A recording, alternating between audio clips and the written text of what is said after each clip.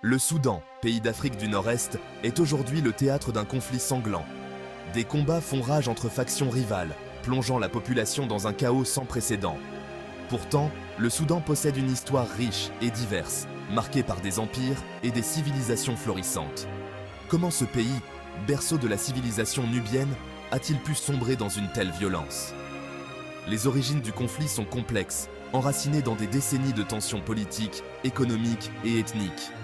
Comprendre le conflit soudanais, c'est se plonger dans son histoire mouvementée, analyser les dynamiques de pouvoir en jeu et mesurer l'ampleur de la tragédie humanitaire qui se déroule sous nos yeux. Le conflit au Soudan ne peut être réduit à une simple confrontation entre deux camps.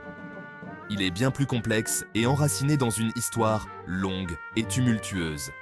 Il s'agit d'un conflit multidimensionnel, nourri par des griefs historiques, des inégalités économiques et des tensions ethniques.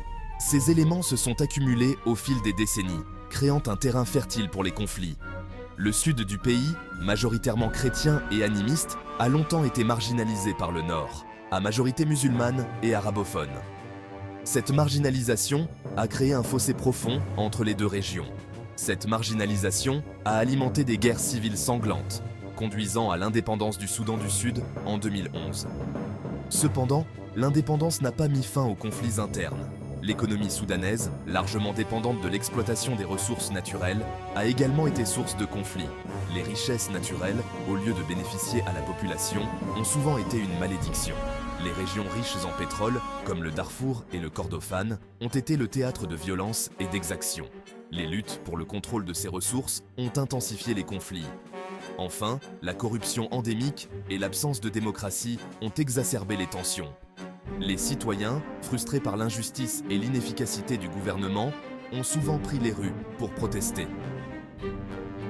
Le régime d'Omar el-Béchir, au pouvoir pendant 30 ans, a été marqué par la répression, la violence et les violations des droits humains. Son règne a laissé des cicatrices profondes dans la société soudanaise, rendant la réconciliation difficile. En 2019, après des mois de manifestations populaires massives, le régime d'Omar el-Béchir est renversé par l'armée. Cet événement suscite d'immenses espoirs de transition démocratique et de paix durable. Un conseil de souveraineté, composé de civils et de militaires, est mis en place pour assurer la transition. Un gouvernement civil est nommé, chargé de rédiger une nouvelle constitution et d'organiser des élections libres. Cependant, la transition démocratique est fragile. Les militaires, représentés par le général Mohamed Hamdan Dagalo, dit Hemedti, conservent une grande influence. Des tensions persistent entre les civils, qui aspirent à un pouvoir civil fort, et les militaires, réticents à abandonner leur mainmise sur le pays. Le 25 octobre 2021, un coup d'État militaire met fin à la fragile transition démocratique. Le général Abdel Fattah al-Burhan, à la tête de l'armée, dissout le Conseil de souveraineté et le gouvernement civil. Ce coup d'État suscite une condamnation internationale unanime.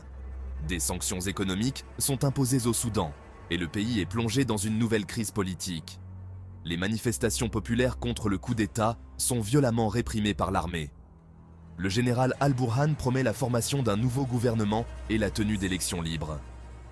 Cependant, ces promesses sont accueillies avec scepticisme par la population et la communauté internationale. Le 15 avril 2023, le conflit au Soudan entre dans une nouvelle phase de violence extrême.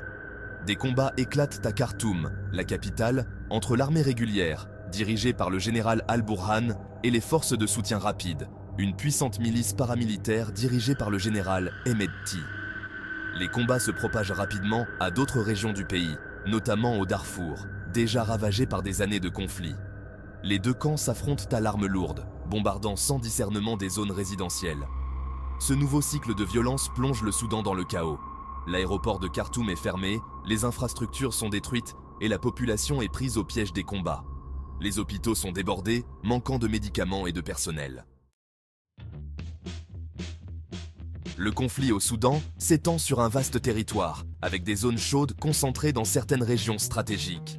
Ces zones sont souvent le théâtre de violences intenses et de combats prolongés, affectant gravement les populations locales.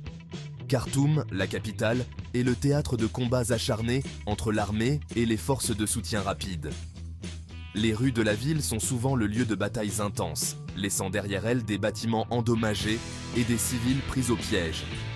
Le Darfour, région de l'ouest du pays, est également en proie à une recrudescence de la violence. Les villages de cette région sont fréquemment attaqués et les paysages portent les cicatrices des conflits. Des milices arabes, soutenues par le gouvernement, s'attaquent aux populations civiles, principalement d'ethnie Four. Ces attaques ont forcé de nombreux civils à fuir leur foyer, cherchant refuge dans des conditions souvent précaires. Au sud Kordofane et au Nil Bleu, des groupes rebelles qui luttent contre le gouvernement central depuis des années profitent du chaos pour gagner du terrain. Ces régions sont devenues des bastions de la résistance, où les rebelles cherchent à étendre leur influence. Le conflit au Soudan est également marqué par l'implication d'acteurs régionaux et internationaux. Ces acteurs jouent un rôle crucial dans la dynamique du conflit, influençant les alliances et les stratégies sur le terrain. L'Égypte, l'Arabie Saoudite et les Émirats Arabes Unis soutiennent le général Al-Burhan, fournissant une aide militaire et financière pour renforcer sa position. Tandis que la Turquie et le Qatar seraient proches des forces de soutien rapides. Ces alliances internationales compliquent davantage la situation, rendant la résolution du conflit encore plus difficile. Le conflit au Soudan a provoqué une crise humanitaire catastrophique. Selon les Nations Unies, plus de 15 millions de Soudanais, soit un tiers de la population, ont besoin d'une aide humanitaire d'urgence.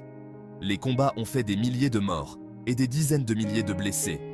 Plus de 2 millions de personnes ont été déplacées à l'intérieur du pays, tandis que des centaines de milliers d'autres ont fui vers les pays voisins, notamment le Tchad, l'Égypte et le Soudan du Sud. La crise alimentaire s'aggrave de jour en jour.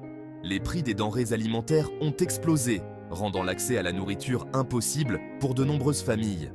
Les pénuries d'eau potable et les mauvaises conditions sanitaires font craindre une propagation de maladies. Face à l'ampleur de la crise humanitaire au Soudan, la communauté internationale a lancé des appels à un cessez-le-feu immédiat et à un accès sans entrave à l'aide humanitaire. Des négociations ont été engagées entre les belligérants, sous l'égide de l'Union africaine, de l'ONU et d'autres partenaires internationaux. Cependant, ces négociations n'ont jusqu'à présent abouti à aucun résultat tangible. Les organisations humanitaires s'efforcent de fournir une aide vitale aux populations touchées par le conflit. Cependant, leurs efforts sont entravés par l'insécurité, les bombardements et les obstacles bureaucratiques. Malgré l'horreur de la situation, l'espoir persiste au Soudan. Des initiatives locales de paix et de réconciliation émergent à travers le pays. Des organisations de la société civile, des chefs religieux et des leaders communautaires s'efforcent de promouvoir le dialogue et la réconciliation entre les communautés divisées par le conflit. Des initiatives citoyennes voient le jour pour venir en aide aux plus vulnérables. Des réseaux de solidarité se mettent en place pour fournir de la nourriture, des médicaments et un abri aux personnes déplacées. La résilience du peuple soudanais est une source d'inspiration. Malgré les épreuves et les souffrances, les Soudanais n'ont pas perdu espoir et continuent de se battre pour un avenir meilleur. Le conflit au Soudan ne trouvera pas de solution militaire. Les armes et la violence ne feront qu'aggraver la situation, entraînant davantage de souffrance pour la population civile.